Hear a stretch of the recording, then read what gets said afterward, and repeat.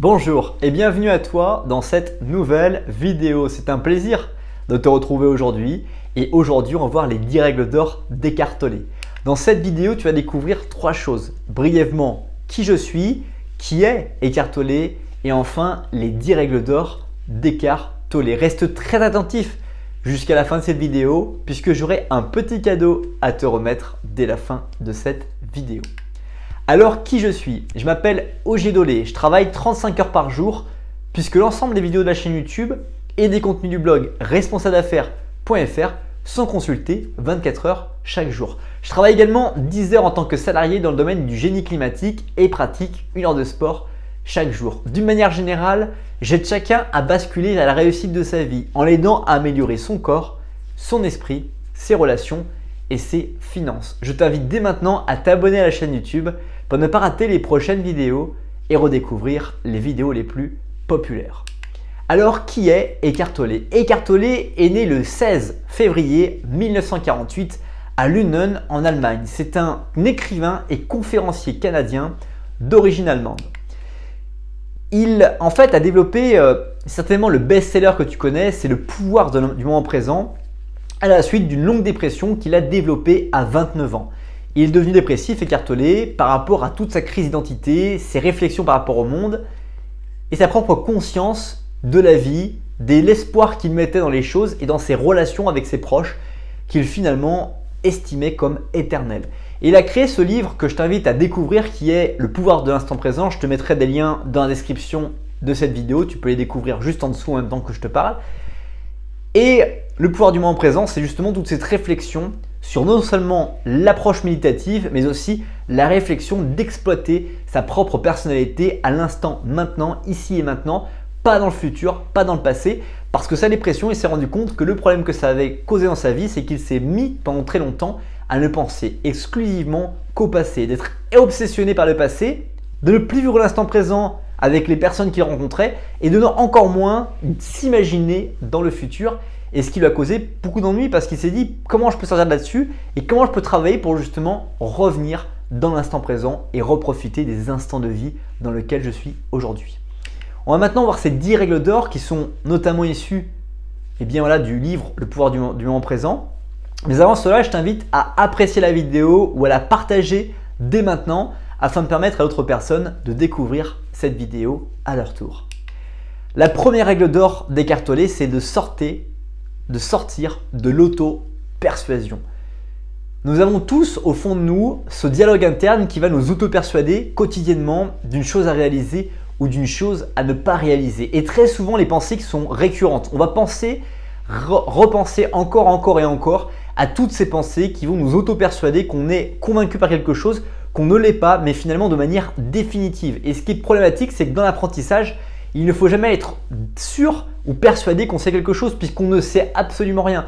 Si quand quelqu'un commence à me présenter une information, je me dis que je la connais alors que cette information est peut-être erronée ou elle est variante dans le temps, je ne vais pas m'ouvrir mentalement, psychologiquement à mémoriser l'information qui va être délivrée devant moi. Donc l'auto-persuasion est l'un des mots les plus terribles sur le fait de ne pas réussir à se développer, à ne pas réussir à progresser personnellement parce qu'on va considérer que le passé est aujourd'hui toujours d'actualité et n'est absolument pas à remettre en question.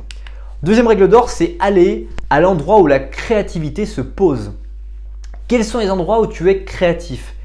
Quels sont les lieux où tu arrives à être motivé, déterminé à apprendre de nouvelles choses? 95% des gens ne vont pas se rendre dans des environnements nouveaux ou en tout cas se challenger à découvrir de nouvelles façons de pouvoir se stimuler. Et il ne suffit pas forcément d'aller dans des endroits très loin, simplement dans son canapé avec un livre sur une thématique qui nous intéresse mais que nous ne connaissons absolument pas. Tout cela va éveiller notre créativité, va nous permettre de nous développer et de lancer notre réflexion sur des sujets que nous ne connaissons pas encore aujourd'hui. Troisième règle d'or, c'est évoluer à travers les défis. Pour Eckhart Tolle, il n'y a qu'une seule chose qui permet d'évoluer, ce sont les défis que l'on va se poser, se fixer, se définir par rapport à notre propre volonté. Et pour cela, il faut se dire mais pourquoi aujourd'hui je vais me fixer des défis et qu'est-ce que je me fixe comme défi? Et la première chose que je t'invite à faire dès maintenant, c'est de te poser cette question. Quelles sont les 3 façons que j'ai d'améliorer ma vie aujourd'hui? Quelles sont les 3 choses qu'il faut que je fasse? Quels sont les 3 moyens que je dois mettre en place dans ma vie pour améliorer ma vie? Et très souvent, la qualité de tes questions que tu poses dans ta vie et la qualité vont amener des réponses extraordinaires pour toi. Si tu te fais ce cadeau de te dire quelles sont les 3 choses que je dois réaliser dans ma vie pour l'améliorer aujourd'hui, tu vas découvrir 3 choses que tu dois faire, que tu sais, et tu n'as plus qu'à te lancer à l'exécuter. Et ce défi-là que tu vas te poser, ces choses que tu vas faire pour améliorer ta vie vont te permettre de te défier et de te stimuler pour enfin justement développer ta vie. 4e règle d'or, c'est dériver votre identité de la pensée. Vous avez tous une identité et très souvent on pense en fait que notre identité c'est ce que nous sommes factuellement.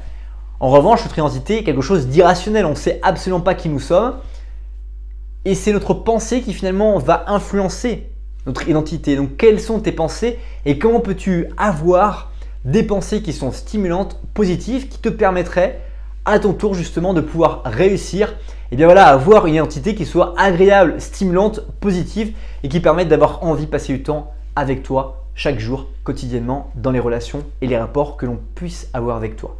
5e règle d'or, c'est utiliser les obstacles comme des opportunités. Les obstacles sont souvent des opportunités pour plusieurs raisons. La première, c'est que l'obstacle va permettre de mobiliser des ressources que tu n'aurais pas mobilisées s'il n'y avait pas eu d'obstacle.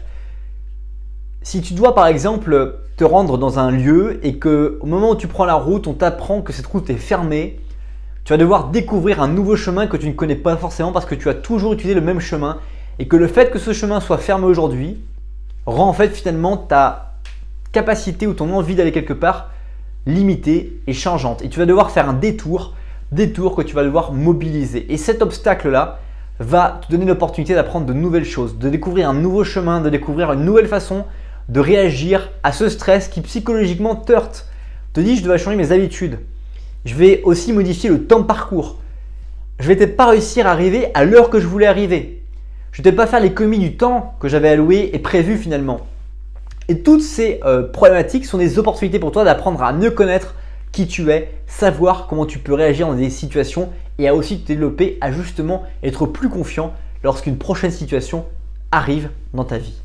6e règle d'or, c'est accéder à votre pouvoir intérieur. On l'est largement dans son livre « Le pouvoir du moment présent ». Comment je peux me retrouver ici et maintenant dans mon instant présent?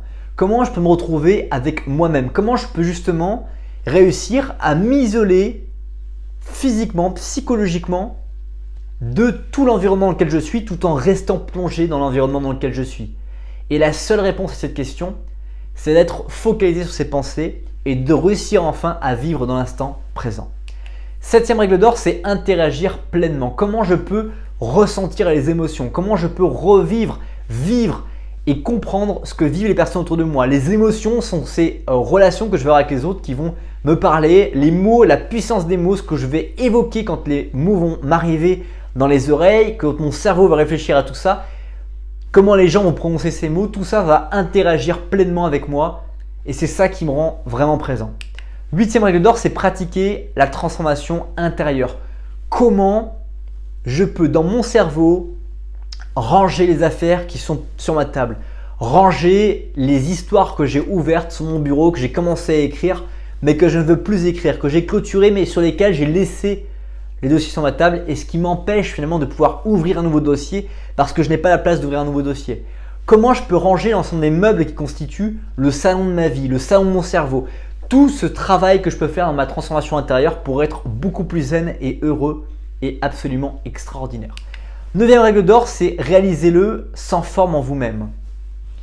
Beaucoup de personnes ont besoin de structurer leurs réflexions, de structurer leurs idées, de structurer leur créativité. Le problème, c'est que la créativité est quelque chose qui se construit de manière déstructurée et qui n'a pas de structure en elle-même puisque c'est créatif, c'est quelque chose qui vient comme ça et qui ne peut pas être utilisé de manière structurée tant qu'on puisse l'appliquer. C'est pour ça que l'écriture, apprendre à découvrir des façons d'écrire, des outils pour pouvoir justement cartographier, développer sa propre pensée, est quelque chose que j'invite à faire à toutes les personnes qui veulent se développer personnellement, d'apprendre à écrire, d'apprendre à exprimer leur propre personnalité avec des outils comme le mind mapping, comme les écritures déstructurées sans logique réelle, de façon à pouvoir définir leur propre eux-mêmes sans forme.